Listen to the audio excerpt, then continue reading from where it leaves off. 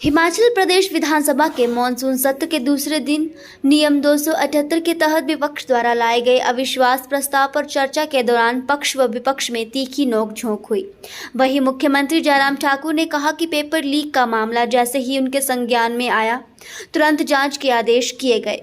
204 आरोपी आज सलाखों के पीछे हैं। 2016 में कांग्रेस सरकार में पेपर लीक हुआ, कांग्रेस ने तब पेपर रद्द क्यों नहीं किया? उन्होंने सरकार में 2019 में हुए पेपर लीक के बाद लिखित परीक्षा रद्द की गई। सीएम ने कहा कि अविश्वास प्रस्ताव विपक्ष पर ही भारी पड़ गया है। तो खास तौर से अब के इस सत्र में कांग्रेस ने जरूरत तो की और वो नियम के मुताबिक किया, उसमें हमको कुछ टिप्पणी करनी भी नहीं है अविश्वास प्रस्ताव लाने की सरकार के खिलाफ। लेकिन मैं देख रहा हूं कि वो सारा का सारा उन पर भारी पड़ता जा रहा है, उल्टा पड़ता जा रहा है।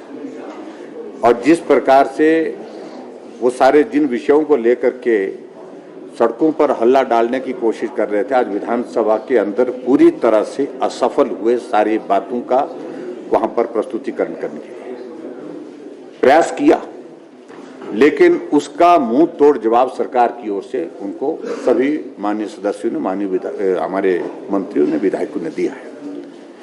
अभी 3 बजे तक उस पर डिस्कशन होनी है, लेकिन मैं कुल मिलाकर के अभी तक के इस दौर में जो फर्स्ट हाफ का जो हमारा डिस्कशन का जो दौर देखा मैंने अविश्वास प्रस्ताव पर, वो कांग्रेस को उल्टा पड़ा है, भारी पड़ा है। और उनके ही साथी इस बात को कह रहे हैं कि लाभ के बजाय नुकसान होता दिख रहा है।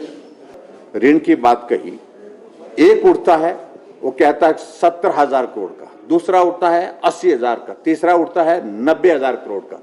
यानी कि कम से कम विधानसभा के सदस्य होने के नाते, विधायक होने के नाते जिम्मेवारी के साथ तो कहो। अभी हमारा 65,000 करोड़ से भी कम का ऋण है, ये फैक्ट्स है। और ये भी सच्चाई है जिसका मैं जिक्र वहां पर माननीय सदन में कर भी रहा था आज। अगर परसेंटेज के हिसाब से देखें तो वृद्धि दर इनके समय में कांग्रेस की गवर्नमेंट में 67% थी और ऋण की वृद्धि दर हमारे समय में 35% है। इस बात को भी उनको देखना। और उनके दौर में तो कोविड का दौर था ही नहीं।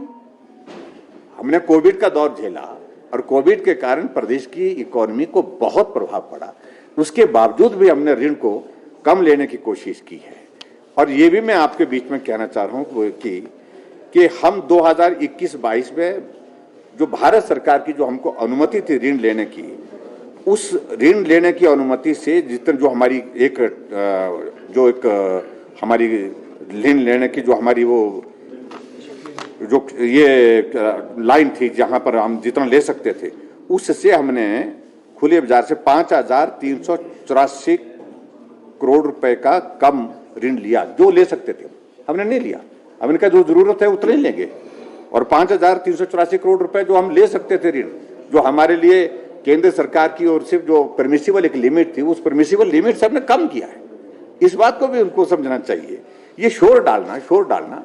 दूसरी बात, जिन मुद्दों को लेकर के वो हमेशा बात करने की कोशिश कर रहे हैं, चाहे वो कर्मचारियों के विषय है, बेहतर जो किया जा सकता था हर वर्ग के लिए वो हमने करने की कोशिश की।